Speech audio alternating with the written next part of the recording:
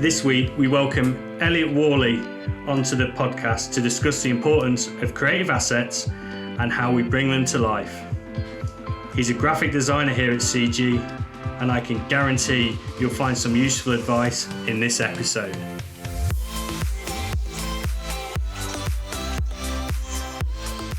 Eliot, hello. Hi, mate. Thank you for what's done already. I promised Mark that I would do less because of how difficult the editing is, which you can relate to. You've edited many an out of a video that I've done. No pun intended.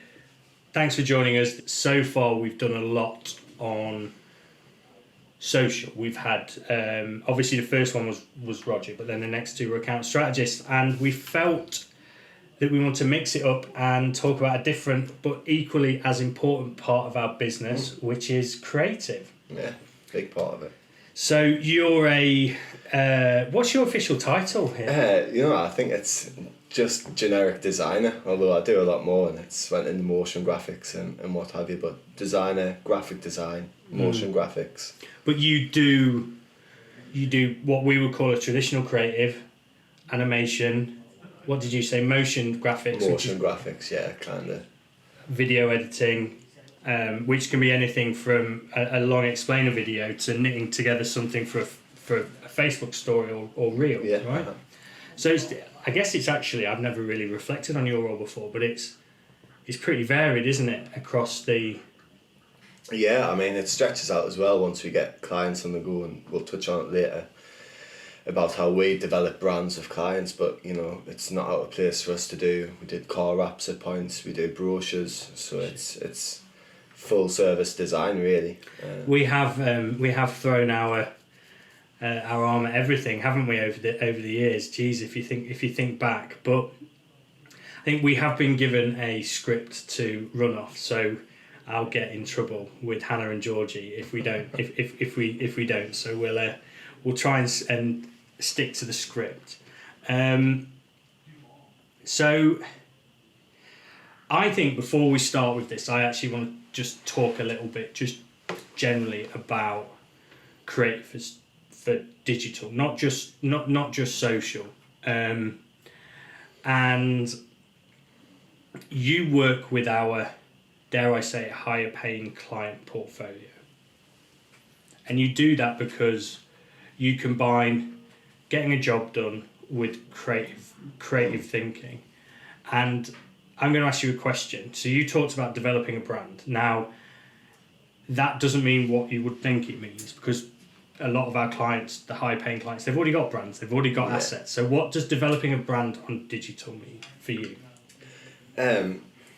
So yeah, they've already got a sense of brand, but doesn't always translate to digital, especially the stuff we use on websites. I mean, there's to be language changes. The big one which we've pushed recently is limiting the word count, and it can be very easy because for clients or even strategists they've got all this stuff they want to say and they think it's also important, but for me and creatives, it's about saying it in as least words as possible. And it's all about how people consume digital advertising across the board, and really you've got a few seconds, if that, and you don't even have that, mate. Yeah, and that's the point. And sometimes we get clients asking us to put essays in creative, and it's trying to explain to people that they're not going to read it. Yeah. It goes against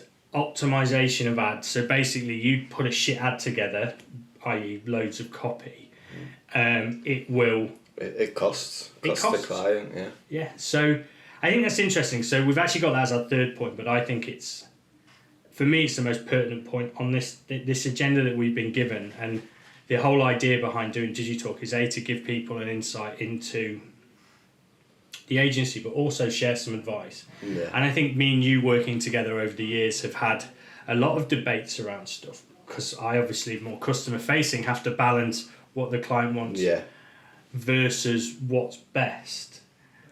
But what would you say are the the key best practices for digital design. We've already talked about the first one, which is keeping it short and snappy and not too many words. I mean, just elaborating on that a little bit as well, that goes to video as well. So we've done a lot of training recently. There's a lot of stuff online about it, about drop-off rates of videos, and it's been some really interesting like testing, A/B testing on 30-second ads, 15-second ads. And optimum these days for ad, and you're talking your headline, your call to action, everything, is 6 seconds. I mean, that's the type of time scale we're dealing with. So you need to get that message across, but it's not just about getting across with words. I always talk about marketing is about stimulating emotion or creating emotion to generate an action. Definitely. So I mean, we always do it with transportation and stuff. It's starting with that initial image of someone on a journey or something like that, and something relatable, but also that kind of human element to it. I like kind of marrying up good photography with the graphic design side of it. Great. So we're talking about drop-off rate. I was talking about creating emotion.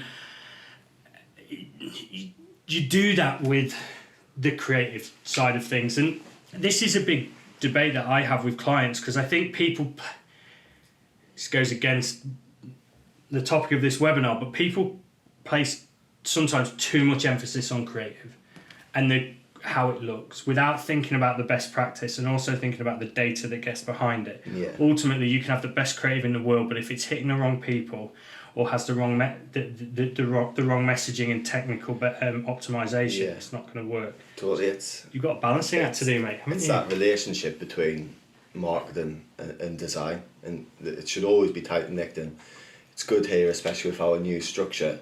We're encouraging it more and more, where I'm working more with our marketeers on best practices. And when we go back to the not so much the word count, and the reason we put the word count in there, it's something called a hierarchy of text.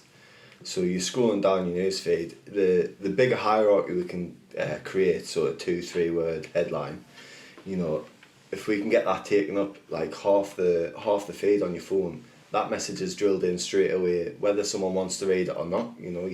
You're scrolling down, but you're giving yourself more chance, because ultimately you are competing, especially post-pandemic. More people are advertising on digital than ever before. It's ferocious out there, the competition. You can't just be winning because you're doing, you have to do it well now. And it is simple common sense. Even think about it in a traditional format. You hear a radio ad that is high impact, in your face. You see a billboard that is, you're more likely to bring it in. And it's other things, and it's a quick point to raise about digital, and it's that way these days, phones, laptops, the quality of screen we have and the colours you can produce. So UVA, for example, a big new one, their brand is built around that, and it's strong RGB colours. So these are colours like really vibrant blues and pinks that actually don't translate that well to print, but you can make the most of these like OLED screens and stuff in the Retina displays that a lot of people have. They don't realise they have that. So that's been So most new iPhones and Androids have that level of screen. Yeah, really like as good as it gets. Is because the size of them as well. This technology isn't even in TVs yet. Really? So the screens you have on your laptops and your phones are higher quality than what you have on your and display more vibrant colours. Even a 4K HD TV. Shit, I didn't know that. Yeah, like your OLEDs and stuff. They're not backlit. There's no need for a backlight anymore. Each individual pixel is its own light. Yeah, emits its own light, and you get. Is that what blue light is? No, it's not. That's something, because that's the thing that keeps you awake at night, isn't it? It is, yeah. I'm a big fan of night mode on stuff. But yeah, so just focus on digital and using using what everyone's paying for technology wise these days, and making the most of like these vibrant colours just to stand out a bit more in a feed. So what you're saying is that we can use colours on social media ads, and to be fair, web, because 95% of web It's all browsing is done mobile on mobile. And also, actually said that a lot of laptops have this technology in. We can make use of colours that traditionally we wouldn't have been able to. Yeah, I mean, there's always been RGB colours. That's like your digital colours, but the gap now between what you get on they're just so much more vibrant and they're so much more colourful on phones and laptops. So I'm guessing that RGB stands for red, green, blue. Yeah, So that you've got pretty much every spectrum of colour you can see within that. Whereas traditional, you've got CMYK printing. And so, for example, CMYK, you can't print a nice orange. If you're ever looking for a magazine, you'll never see a more than a rusty orange, unless it's like a spot colour printing where a specific pigment is printed on, separate to a traditional. But that will be bespoke and incredibly costly. Yeah, So for me, I've been doing it a lot more. We so here's one you'll recognise a bit more, the Think Travel, Think Taxi logo. Yeah. So you know that really vibrant blue we've got against the black. That's a really good RGB colour, and you'd only get it on screens. And it's. But that was a completely digital project in the middle of a pandemic. Exactly. And then we needed that to stand out. So it's playing that. It's just a little bit of colour theory, and it's something that can be overlooked, but I've been here. I hope our clients are listening to this and realise the actual amount of thought that goes into what we do, because I think that I'm learning stuff that I didn't know, and I've been doing marketing for nearly 20 years, so that's incredible. Consistency. Yeah, I mean, it's a massive thing across the board for. I mean, every marketer and graphic designer, you need to be consistent. But for me, I enjoy working with brands that are somewhat dynamic, so they kind of encourage creativity and encourage dynamic ads that are changing but still having a sense of brand. But that's my point. You can be consistent with language and core messaging and core tones and logos. Yeah, they're essential. But that's for me, that's best practice consistency, mate. Not having every single ad looking exactly the same. Yeah. I mean, totally. I couldn't agree more. But there's a lot of our clients and brands in general get caught up on that visual consistency, and it's just if you're putting 5 messages across, all different and relevant what you want to, but they all look the same, people are likely to just scroll past it, ignore it if they've read one already.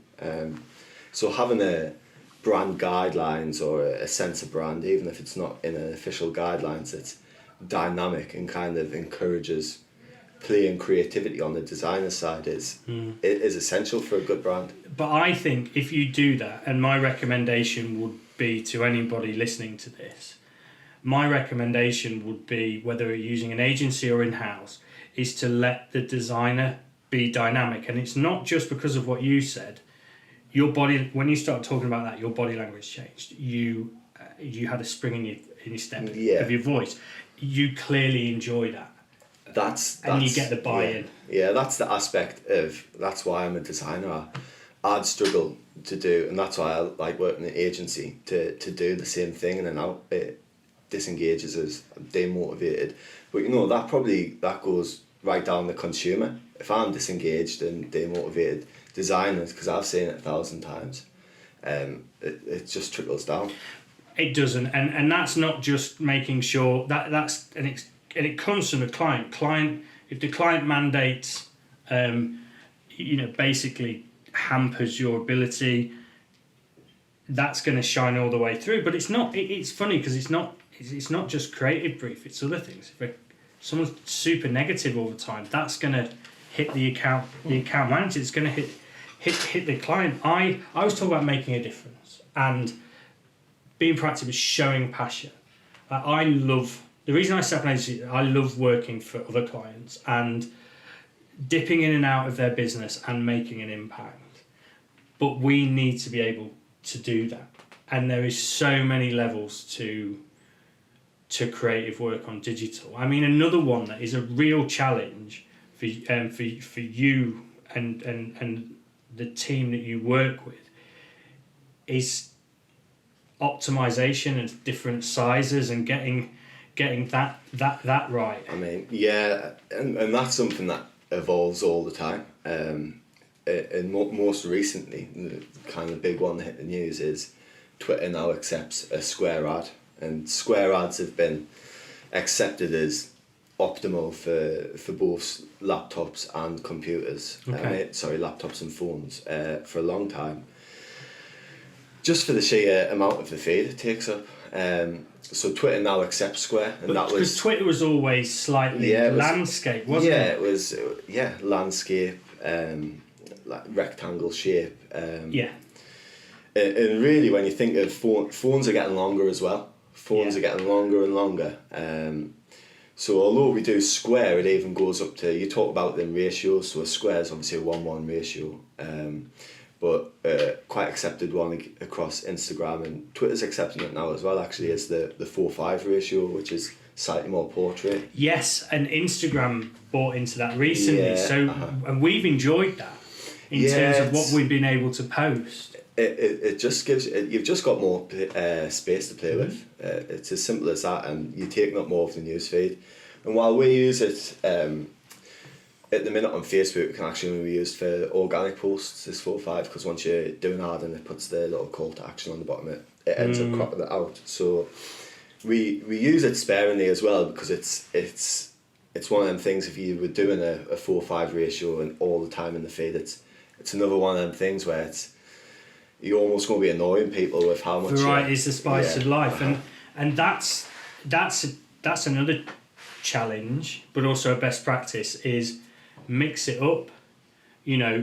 Not only to split test. If you're going to do an ad, do an ad in a couple of different formats, a couple of different styles, but do video as well, and the different forms of video. I mean, I can think of a dozen different types of video that we've done. From that video where we voice over through to a purely animated, an animated explainer video. We do, and that's what been one of the biggest trends for absolutely years now. And it's always progressing. It's digital marketing and social media. It's all heading towards at least motion graphics. So I know we touched on, like, we do animation. Explain what motion graphics are. So for me, motion graphics are, it's quite simple. It's not a lot. It's just about, like, animating that text in a little bit, or starting with a full frame picture and then animating the text in a little bit, and just that movement's obviously just going to draw people in a lot better. And also, it's the user experience. So when you're designing a still, you kind of, like I say, you do the hierarchy of stuff. So you want your headline to be the first, might have a subheader, a call to action, and you won't be aiming it. There's lots of theory behind UX, and you kind of zigzag across an ad like that, with your eyes. You start at the top left, and you kind of go like that. Top left, because that's where you start reading your book. Yeah, and so there's a lot to do with UX in it, but with the motion graphics, it kind of lets you split it up, and it allows you to create an even more of a contrast between the different messages and stuff. So you can be more versatile with your messaging, but you still need to remember you've only got around 6 seconds. Yeah, So that's why it's ideal for motion graphics, just because it's really simple animation. It's nothing complicated, but if you just finesse it slightly, it really reinforces the message. Here's a question for you: How much depends on?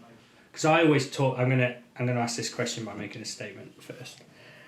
I always say to clients, the best way to get engagement and your message across is post a picture of your kid or your puppy. Yeah, people love dogs, people love kids.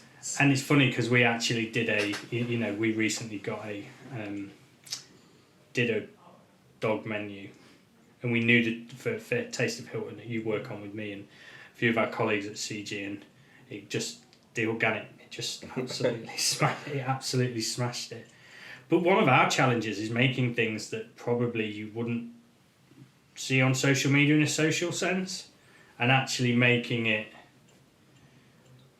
something that people want to engage in. And I think that's probably one of your biggest challenges as a designer, is going, right, this isn't a puppy or a kid or an attractive person, because let's face it, they do get a lot of, it's not many ugly influencers.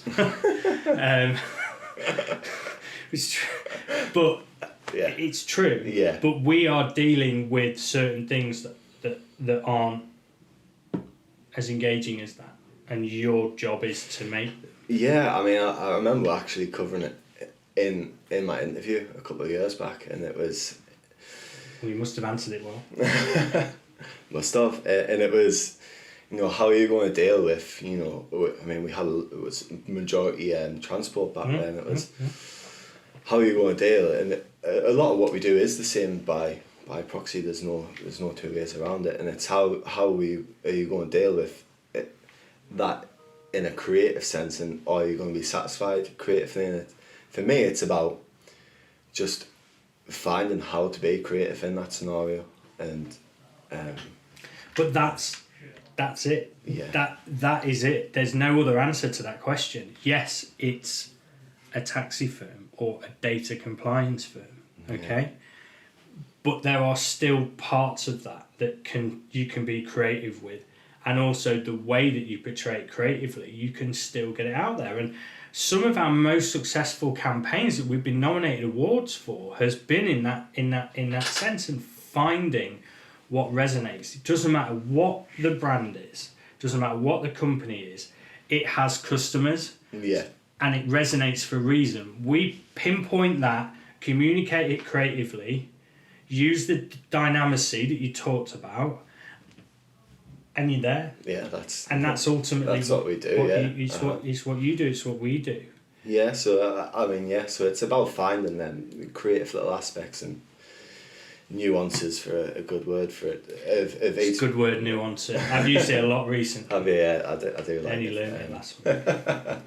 And like you say, all brands do have them, and it's just about sitting down and picking it out, and a lot of these brands have a lot of heritage, and that's always a good angle. And I think something that we've done as an agency is we've also added original photography and videography to our service offering. So we have content creation managers spaced around the UK. Then we use we've got a third party partner in the other countries that we operate. Yeah, it's a great USP of us, really. Yes. Because you're always somewhat limited, or quite limited in a lot of cases, by the stock and the assets we have available online. So me being able to have a conversation, or account strategist have a conversation with a photographer about these small nuances or USPs that we're going to be picking up on, it's totally invaluable as far as that design's concerned. And that's where you work at that collaborative approach, because I know you talked about with our new structure you're working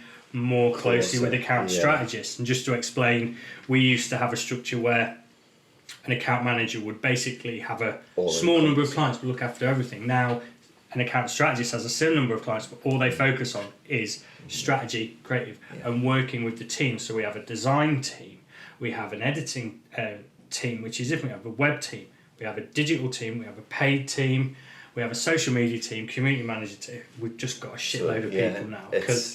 It's that synergy, isn't it? And it's it even goes down to I know Mark doing the video, I will often if he's off to a taxi client, ask him to take some photos with some good negative space in there and stuff like that. And when you get in, so they'll translate better to making creatives and stills. And we do that quite a lot. Explain what negative space is. So it's just basically, so say we had you do your standard shot of a taxi, say, and you'd have some buildings in the background. It's just allowing that space and probably bringing the camera out a bit, just to create a flat area that we can pretty much put the text and stuff on. Whereas, and then there'll also be shots, or we'll crop the same image to suit just a picture and the post to go along with it. So that way we work between strategists, photographers is a really. And that's just one form of collaboration. But it's also backs up the point that we talked about taking something and make it creative. So we know that a transportation, whether it's a chauffeur or a taxi firm, as a big part and has played a big part in its community for a long time. And so a great way for us to creatively show that, depict that visually, stimulate the emotion, is to get pictures of the highlights of things that people are proud of within their community. And you working with the account strategist and the content creation manager to get that is a big part of what we do. But this collaboration with the client as well, so... That's a tricky thing. I've just been actually discussing it with the apprentice, Matthew. And you're right, it's about that collaboration with the client, and that's sometimes the trickiest part of it. And it's, you know, we're dealing with people's brands that they've nursed from nothing. You know, we normally come in at later stages, and their visions, and we know what works well, and they've got a vision. It's about finding that middle ground and negotiating the brief. And like we were saying earlier about working with the bigger budget clients we have, and it is ultimately about us getting it signed off, without a doubt. But it's there's a big balancing act. Negotiations, right.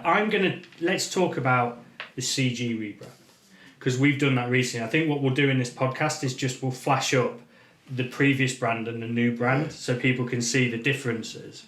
And I think that's going to be a good way to sort of wrap this up and also talk about it. I think it will there's two things to talk about here. First of all, you were essentially negotiating with me. I have nurtured Curtis Gabriel from nothing to what it is today.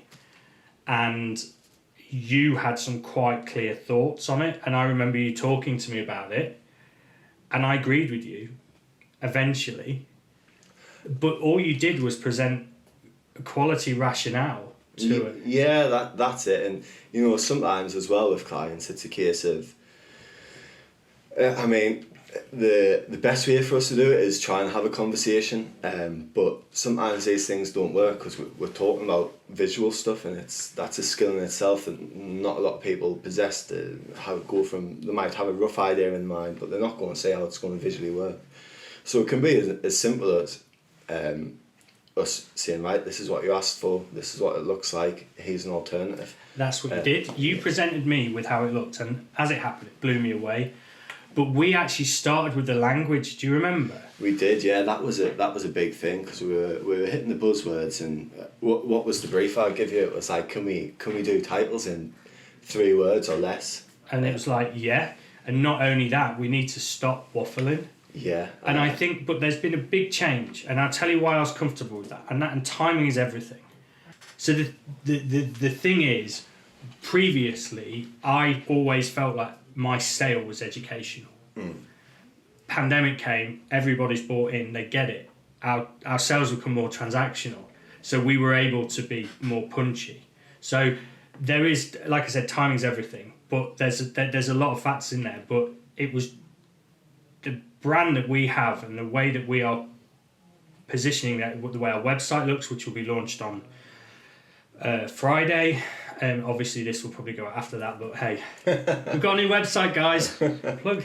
It'll be on the website. It's on our PDFs, and you're quite close to finishing an explainer video, aren't you? Yeah, we're sorting the voiceover out, aren't we? But it's totally changed, and there was negotiation. There was there was some toing and froing. But I do think starting with the language, I do think that was a big thing. It's a massive part of a brand, and it's nice for me to work on that kind of stuff. And and we touch on it with clients a lot here, but branding is what I traditionally learn at uni and stuff. So, for example, with our brand, we've it's CG pink. It always has been, and all we've done now is we've added that slight gradient on the end, and it's keeping that traditional, so the gradient only starts at like 75-80%, and it's just that slightly orange. It's made a huge difference. It's that tiny thing, so we're retaining the heritage of the brand, because how long have we been operating?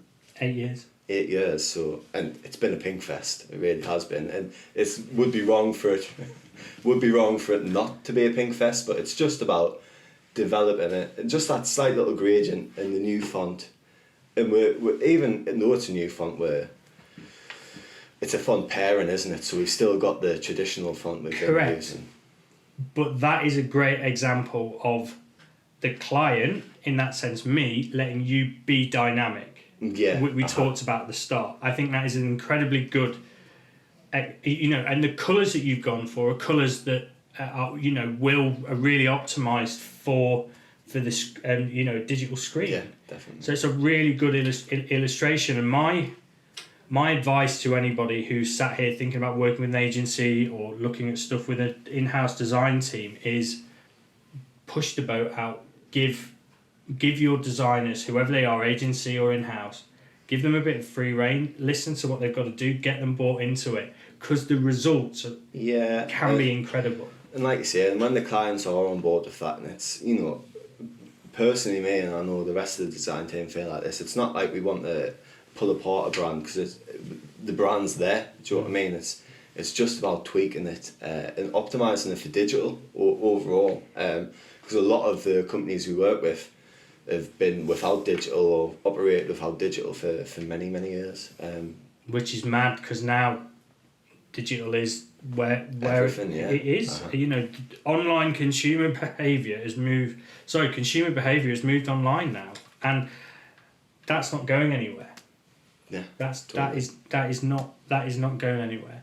Well, look, I think that I've learned a lot of stuff today, and it's stuff that I knew about, but I've learned some of the technical terms, and it's interesting just listening to you from your side of things and talking about a process that we work together all the time on.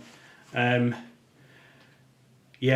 just thinking about some of the stuff we've done, like running a turkey campaign in the country Turkey. That was confusing. It was. That was. I think we talked about it over the phone twice, and it had to be face to face before we actually. Because we were like, is that Turkey the meat or Turkey the country? And it was both.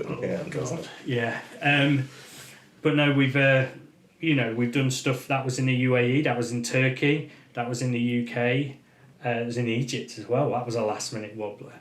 You know, we've done stuff in the US, Australia, all over Europe, Canada, South America. It's been an interesting journey, and I think more and more as this sort of digital revolution plows on, creative is going to become even more important than it already is, and that's not being fancy. And I think my takeaways has been, you know, don't get caught up on the small things that don't matter. We've talked through some, you know, a set of best practices to think about, and I think my biggest takeaway is be positive, give it a whirl, listen to the experts, the designers, and if the Curtis Gabriel redesign is anything to go by, then you'll only be happy with the results.